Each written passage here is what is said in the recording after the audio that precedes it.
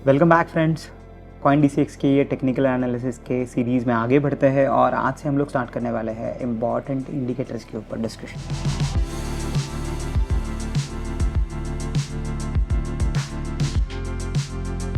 Indicators जो हम लोगों ने डिस्कस किया था एक पिछले वीडियो में, ये हमारे फ्रेंड की तरह है। हमें ये बता रहा है कुछ इन्फॉर्मेशन और ये इन्फॉर्मेशन से कैलकुलेट कर रहा है जो हमारे पास ऑलरेडी जो डेटा पॉइंट्स है। हम लोगों ने बात की मार्केट में जो डेटा पॉइंट अवेलेबल है प्राइमरीली वो है open high low close candle वाला डेटा और वॉल्यूम्स। इसी के ऊपर से सारे इंडिकेटर्स डेवलप होते हैं।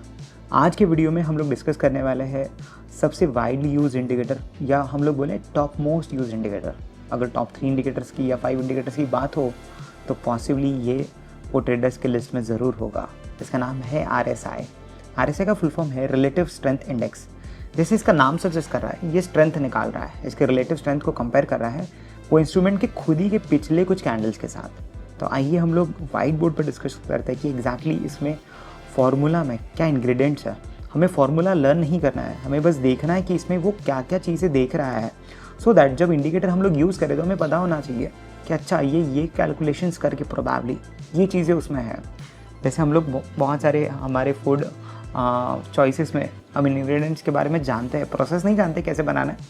ऑलरेडी हम लोग अगर चार्ट पे इंडिकेटर से अप्लाई करें तो इंडिकेटर्स बाय डिफ़ॉल्ट वो कैलकुलेशंस करके लोड हो जाने वाला है।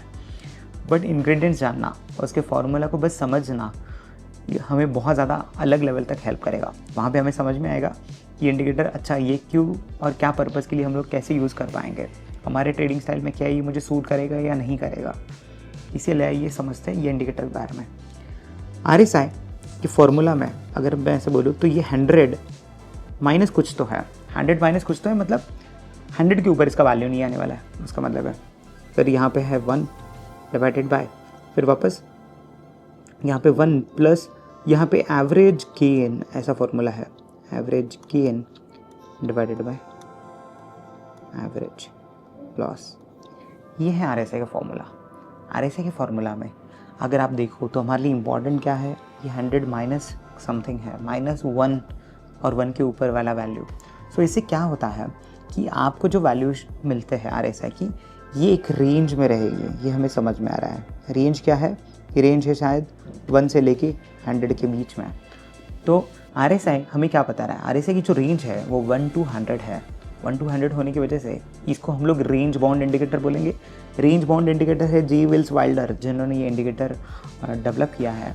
उन्होंने कुछ लेवल्स हमें ऑलरेडी बताई है कि अगर RSI के लेवल 30 है या 30 से नीचे है, हम लोग मानेंगे प्राइजेस है ओवरसोल्ड। अगर RSI के लेवल्स 70 के ऊपर है तो हम लोग मानेंगे प्राइजेस आर ओवरबॉट। ओवरबॉट है मतलब बहुत ज़्यादा बाइंग हुई है, शायद यहाँ पे कूल ऑफ होने का चांस है। अभी ये जितना कैलकुलेशंस हो रहा है इसके लिए एक सेट ऑफ पीरियड होता है कि ये कितने पीरियड का कैलकुलेशंस कर रहा है। जैसे हम लोग मूविंग एवरेजेस में उसका पीरियड सेट कर रहे थे। जो मूविंग एवरेज हम लोग देख रहे थे, अगर वो 20 डेज़ का मूविंग एवरेज हो तो हमारा पीरियड 20 होता था, उसकी लेंथ 20 होती थी।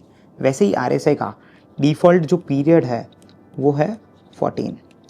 तो ये है RSI की बेसिक डिटेल्स, इंडिकेटर के बारे में बेसिक डिटेल्स। हम लोग चार्ट पे जाके देखते हैं कि RSI कैसे अप्लाई करना है और उसको कैसे इंटरप्रेट करना है, क्या क्या चीज़ें हैं जो हमें कंसिडर करनी चाहिए।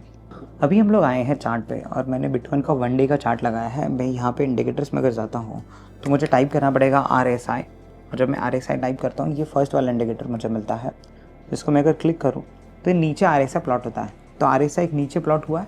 आप अगर यहाँ पर देखोगे RSI में तो आपके पास यहाँ पे रेंज है RSI की, तो ये 20, 80 ये ऊपर के बैंड हमें दिख रहा है। तो मतलब ये एक रेंज इंडिकेटर हमें दिख रहा है। अभी का अगर मैं वैल्यू देखूँ तो कुछ 52 के करीब दिख रहा है मुझे यहाँ पे। और ये ऊपर आप जो लाइन दिख रहे हो, ये ऊपर वाला लाइन है 70 वाला, जो हमें बताता कि अगर इसके ऊपर प्राइजेस है तो ओवरबॉट है। ये नीचे वाला लाइन है, ये 30 वाला है, अगर इसके नीचे प्राइजेस है तो ये ओवरसोल्ड है। इसका मतलब ये नहीं होता कि अगर प्राइजेस या RSI ज़्यादा बढ़ने के बाद प्राइजेस वहाँ से करेक्ट हो जाए, नीचे आए, ऐसा नहीं हुआ है। आप यहाँ पे देखते हो तो इस फेज़ में RSI नीचे आया है पर यहाँ से प्राइसेस ऊपर ही गई है। और तो ऐसे केसेस में आपको बस ये समझना है कि RSI जब ओवरबॉट में जाता है तो वो शायद वहाँ से थोड़ा कूल ऑफ हो जाए, बट प्राइमरली प्राइसेस शायद ना आए। ये क्यों होता है? तो RSI में एक बहुत इंपॉर्टेंट कॉन्सेप्ट है जो आपको समझना ज़रूरी है कि RSI एक रेंज इंडिकेटर है। अगर मैं इसकी रेंज की बात करूं, जब मार्केट बुलिश होता है तो RSI की रेंज 40 से लेके 70-80 तक हो सकती है। मतलब बुलिश मार्केट में RSI ये रेंज में ट्रेड करेगा। अगर मार्केट बेरिश है तो RSI की रेंज होगी अपर साइड में 60-65 और लोअर साइड में होगी ये 20 से 30 के बीच में। तो ये एक रेंज में ट्रेड करता है। तो आप RSI को देख के मार्केट की रेंज के बारे में भी बता सकते हो कि मार्केट कौन से ट्रेंड में है। अगर मार्केट का ट्रेंड बुलिश चल रहा है तो मार्केट और RSI उसका अकॉर्डिंगली 42-80 के रेंज में होगा। अगर बेरिश चल रहा है तो हमें 20 से लेके 65 तक मिलेगा। इसका मतलब क्या होता है कि जब मार्केट बेरिश होता है, अगर हम लोग लोअर लोज फॉर्म कर रहे हैं, अगर ट्रेंड बेरिश है तो मैं वेट करूंगा RSI एटलीस्ट 60-65 आए। फिर वो लेवल पे आने के बाद प्रोबेबली मेरे लिए वो पुल बैक कंप्लीट हो जाएगा और शायद मैं वहाँ पे न्यू शॉर्ट लोकेशंस ढूंढूंगा। सिर्फ RSI मुझे बता रहा है कि यहाँ पे ऐसा कुछ हो रहा है। फिर उसके बाद मेरा इंपॉर्टेंट काम बनता है कि मैं प्राइस एक्शन जाके चेक करूँ, वहाँ पे कैंडल्स जाके चेक करूँ और फिर मेरा ट्रेड प्लान अकॉर्डिंगली बनाऊँ। तो RSI को आइसोलेशन में नहीं यूज़ कर सकती। एग्जैक्टली ये अगर हो जाता है तो मैं ऐसा ऐसा ट्रेड लूँगा। RSI हमारे लिए एक मोमेंटम इंडिकेटर है। ये बस मोमेंटम हमें बता रहा है कि क्या हो रहा है मार्केट में। क्या मोमेंटम यहाँ से थोड़ा स्लो हो सकता है, क्या यहाँ से और फास्ट हो सकता है। तो बहुत बार RSI में मोमेंटम लेवल्स में अगर बात करें तो लोग 60 का ब्रेक बाय करते हैं ऊपर के साइड, विच शोज़ की एक स्ट्रेंथ है मार्केट में। अगर मार्केट में अगर स्ट्रेंथ है तो RSI 60 ब्रेक करता है और वहाँ से प्रोबेबली 70-80 की रेंज तक भी ट्रैवल करता है बहुत बार। नीचे के साइड वैसे ही बात करें, अगर 40 कभी कभी ब्रेक हो जाता है RSI में नीचे के साइड, तो ये लेवल RSI को लेके जा सकती है 30s और 20s के रेंज तक। तो ये आप एक रेंज और मोमेंटम को कैच कर सकते हो। तो जब ब्रेकआउट्स आते हैं, जो हम लोगों ने ब्रेकआउट वाले एक पिछले वीडियो में डिस्कशन किया, तो वहाँ पे आप RSI के लेवल्स को ऑब्जर्व करो।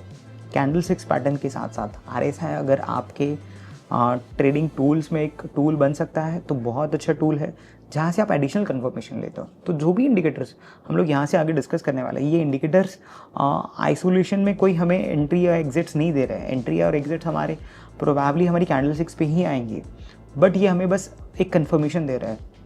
इंडिकेटर सारे हमारे फ्रेंड्स की तरह है। अगर हम लोग हमारा कोई ट्रेड हमारे 5 फ्रेंड्स के साथ डिस्कस करें तो वो हमें उसके बारे में उनका व्यू बताएंगे, क्या वो बुलिश है या बेरिश है। हम लोग वो रैंकिंग्स लेंगे, वैसा ही रैंकिंग हम लोग हमारे इंडिकेटर से भी लेने वाले हैं। तो सेम रैंकिंग हम लोग RSI से भी लेंगे और हम लोग समझेंगे कि क्या हमें ट्रेंड बता रहा है। तो अभी एक बार करंट मार्केट सिनेरियोस के साथ इसको एनालाइज करते हैं। हमारे पास ऑलरेडी ये हमारा 50 EMA है, यहाँ पे ये 20 है ब्लू वाला। अभी नाउ RSI हमारे पास है। प्राइस स्ट्रक्चर देखें तो फिलहाल के लिए बेरिश है, मूविंग एवरेज के नीचे है तो ये बेरिश है। तो प्राइस बेरिश, ये हमारा 1 पॉइंट हो गया। सेकंड पॉइंट हो गया मूविंग एवरेजेस के नीचे प्राइस है, ये हमारा सेकंड पॉइंट हुआ। RSI अगर मैं बात करूँ तो RSI भी हमें बता रहा है कि बेरिश है। क्यों बेरिश है? अगर आप यहाँ पे देखो तो 30 गया था एक बार, तो प्रोबेबली मेरे लिए ये पुल बैक चल रहा है और ये 60 से 70 के रेंज में वापस शायद एक रिवर्सल दिखा सकता है, या यहीं पे 55 से भी आ सकता है। बट मेरे लिए अगर नीचे अगर 30 टच होके बाउंस होता है तो ये बेरिश मार्केट पुल बैक है मेरे लिए, या बेरिश ट्रेंड पुल बैक है। बट ये पुल बैक हम लोग डेली टाइम फ्रेम पे देख रहे हैं। हो सकता है वीकलीज पे और मंथलीज पे इसके लेवल्स अलग हों। आपको ये सारे लेवल्स सारे टाइम फ्रेम्स पे ऑब्जर्व करने और सारे टाइम फ्रेम से आपका एक अंडरस्टैंडिंग बनाना है।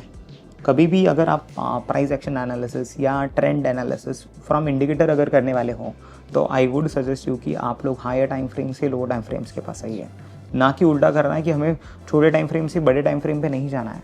छोटा टाइम फ्रेम हमारे पास मतलब 15 मिनट हो, 1 आवर हो, जो हमारे इंट्राडे टाइम फ्रेम्स है, ये हमें बस माइन्यूट एंट्रीज़ मतलब छोटे लेवल पे जाके एंट्रीज लेके देने में मदद करेंगे। मतलब हम लोग ट्रेंड को आइडेंटिफाई करेंगे। अगर ट्रेंड बुलिश है तो हम लोग एक छोटे टाइम फ्रेम का वेट करेंगे कि वो एक छोटा पुल बैक कंप्लीट करे और वहाँ पे हमें एक प्रिसाइज पुल बैक पे एंट्री दे, जहाँ पे हम लोग थोड़ा अर्ली ट्रेंड को कैच करने की कोशिश करेंगे, सो दैट हमारा स्टॉप लॉस छोटा हो सकता है। तो इसीलिए स्मॉलर टाइम फ्रेम्स हमारे लिए बस वो पुल बैक आइडेंटिफाई करने में और हमारे एंट्रीज रिफाइन करने के लिए हेल्पफुल है। हमारे एग्जिट्स हमारा प्राइमरी ट्रेंड एनालिसिस ये हायर टाइम फ्रेम से होगा।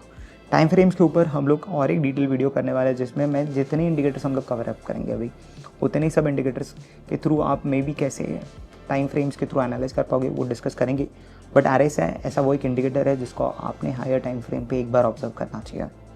अभी जैसे अगर हम लोग यहाँ पे देखें तो और एक दो चीज़ें आप RSI के साथ कर सकते हो है, ये है डाइवर्जेंसेस। बहुत बार RSI डाइवर्जेंस दिखाता है प्राइस के कंपैरिजन में। हो सकता है कि प्राइस कुछ और बिहेवियर बताए और RSI कुछ और बिहेवियर बताए। इसको कहा जाता है कि RSI डाइवर्जेंस में है और डाइवर्जेंस को आप अकॉर्डिंगली देख सकते हो कि डाइवर्जेंस बुलिश है या बेरिश है। चलो कुछ एग्जांपल्स देख लेते हैं डाइवर्जेंस में। अगर मैं यहाँ पे बात करूँ तो प्रोबेबली आप ये वाला जोन देखिए, यहाँ से प्राइस ऊपर गई है, ये एक हाई है, ये एक हाई। अगर मैं इसको नीचे कनेक्ट करने की कोशिश करूँ तो आप देखो यहाँ वाला हाई और ये वाले हाई में डिफरेंस है। तो ऊपर प्राइस ने बनाया है हायर हाई और नीचे RSI बना रहा है एक लोअर हाई। तो RSI थोड़ा बेरिश है। तो ये जो प्राइस का ये हम लोग बोले ना अपमूव आया है, ये RSI इसके साथ सहमत नहीं है, हम लोग ऐसा बोल सकते हैं। तो प्रोबेबली यहाँ पे चांसेस हो सकते हैं कि रिवर्सल आ सकता है, क्योंकि RSI वो ट्रेंड को कंटिन्यू नहीं कर रहा है। अगर यहाँ की बात करें ये जोन में देखो तो RSI प्रोबेबली वो वही काइंड ऑफ पैटर्न बना रहा है जो यहाँ पे बन रहा था। पर ये वाला जो जोन है जो हम लोगों ने ड्रॉ किया पर्टिकुलरली, तो ये जोन के अंदर डाइवर्जेंस हमें देखने मिल रहा है। सिमिलर डाइवर्जेंस बहुत बार डाउन ट्रेंड में भी देखने मिलता है। यहाँ वाला देखिए, ये एक लो और एक लो। अगर मैं यहाँ पे ड्रॉ करूँ तो ये हायर लो, तो यहाँ पे RSI ने एक बुलिश डाइवर्जेंस दिया। प्रोबेबली आप इसको ट्रेड अगेंस्ट में मत करो, क्योंकि यहाँ पे ऑलरेडी हम लोग मूविंग एवरेजेस के नीचे है, ट्रेंड बेरिश है। मुझे यहाँ पे बेरिश ट्रेड नहीं लेना है, बट एटलीस्ट अगर मैं कहीं पे शॉर्ट था तो मेरी प्रॉफिट बुकिंग के लिए मुझे लेवल्स मिल जाएंगे कि प्रोबेबली RSI डाइवर्जेंस दिखा रहा है, मैं वापस री एंट्री करूँगा अगर वो ऊपर जाता है और मुझे न्यू लेग मिलेगा तो, क्योंकि तब तक ये भी शायद 70 आ जाए। तो ऐसे कुछ मैं डाइवर्जेंसेस को यूज़ करूँगा। डाइवर्जेंसेस ट्रेड निकालने के लिए मत यूज़ कीजिए, डाइवर्जेंसेस एग्जिट्स के लिए प्रोबेबली आप यूज़ कर सकते हो, वो ज़्यादा बेहतर एक स्ट्रैटेजी होगा। दूसरा और एक अच्छा स्ट्रैटेजी RSI में है कि RSI में आप ब्रेकआउट्स भी आइडेंटिफाई कर सकते हो। RSI के ऊपर आप ट्रेंड लाइन्स भी लगा सकते हो। जैसे हम लोग प्राइजेस में ट्रेंड लाइन लगाते हैं, तो सिमिलर वे में आप RSI में भी ट्रेंड लाइन लगा सकते हो। जैसे आपको यहाँ पे दिखेगा प्राइस ने यहाँ पे ट्रेंड को ब्रेक किया, बट RSI ट्रेंड यहीं कहीं ब्रेक कर चुका था, ये वाले जोन में। प्रोबेबली उसके बाद तो ये साइडवेज गया, बट मार्केट एक बेरिश जंक्चर में बाद में आया। अभी यहाँ पे देखो तो हमारे लिए मार्केट 70 था, तो यहाँ पे बुलिश था। उसके बाद जब ये फर्स्ट टाइम यहाँ पे नीचे आ गया तो हमें यहाँ पे पता चला कि शायद ये जो अप ट्रेंड है ये थोड़ा पॉज हो चुका है, या शायद यहाँ पे थोड़े से पुल बैक्स के साइंस दिख रहे हैं एटलीस्ट प्राइसिंग के स्ट्रक्चर पे और RSI के एनालिसिस के थ्रू। तो आपको RSI इतने ही सारे लेवल्स पे और इतने ही सारे अलग अलग वेज़ में इसको ऑब्जर्व करना है, इतने सारे वेज़ में इसको यूज़ करना है। आप RSI को और कुछ अलग तरीके से अगर यूज़ कर रहे हो तो प्लीज़ हमें बताइए, और ऐसी कुछ और चीज़ अगर आपको RSI के बारे में जाननी हो तो आप हमें बता सकते हो। फॉर श्योर RSI अगर आप यूज़ करोगे, थोड़ा एक्टिवली यूज़ करो, इसके बारे में और थोड़ा पढ़ो और इसको थोड़ा डेली टेक्निकल एनालिसिस में आपके रहने दीजिए as a tool. That is what I will tell. हम लोग जो स्ट्रैटेजी बनाने वाले बाद में एंड ऑफ द सीरीज़ हम लोग एक स्ट्रैटेजी भी बनाएंगे, वहाँ पे हम लोग RSI का थोड़ा सा हेल्प लेने वाले हैं। Till then see you in the next video. हम लोग नेक्स्ट वीडियो MACD के ऊपर बनाने वाले हैं। Thank you.